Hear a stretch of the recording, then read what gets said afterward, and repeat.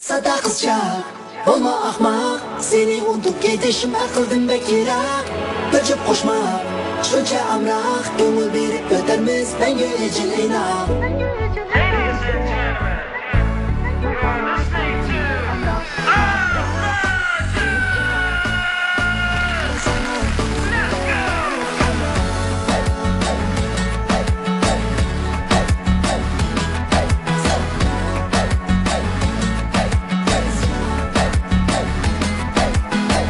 Peyda bo'lsa jilva qilib nazini unutildirar, manga jahonning zarini qo'ysa shu an, umrimga boshini his qildirar.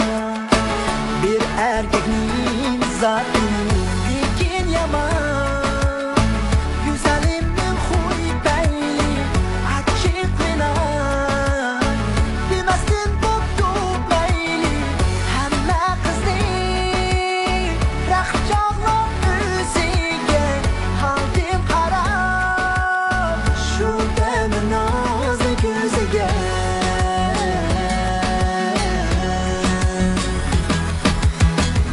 Sada qizcha bo'lma ahmoq, seni unutup ketishim aqldan bekira. Qochib qo'shma shuncha amrak, ko'ngil berib o'tamiz mengü ecil inak. Sada qizcha bo'lma ahmoq, seni unutup ketishim aqldan bekira. Qochib qo'shma shuncha amrak, ko'ngil berib o'tamiz mengü ecil inak.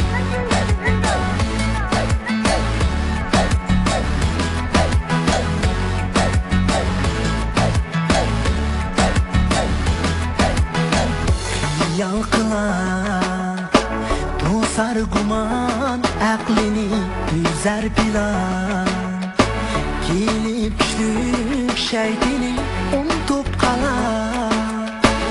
U ko'nglimning aslini topmoqdiman, sadda qizning dardini zerikmasdan qilaman ko'nglimni bayon.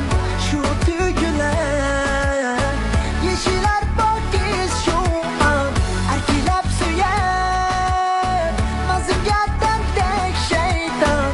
Baxt u nima his qilaman shu zamon.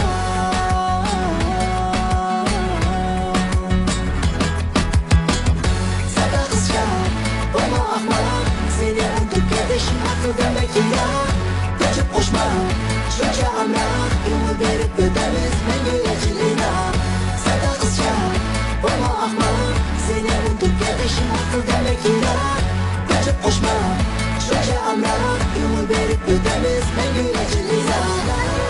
Qizcha nasama to'limu amrak, sada qizcha ko'ngil berib o'tamiz mengü ecil inak.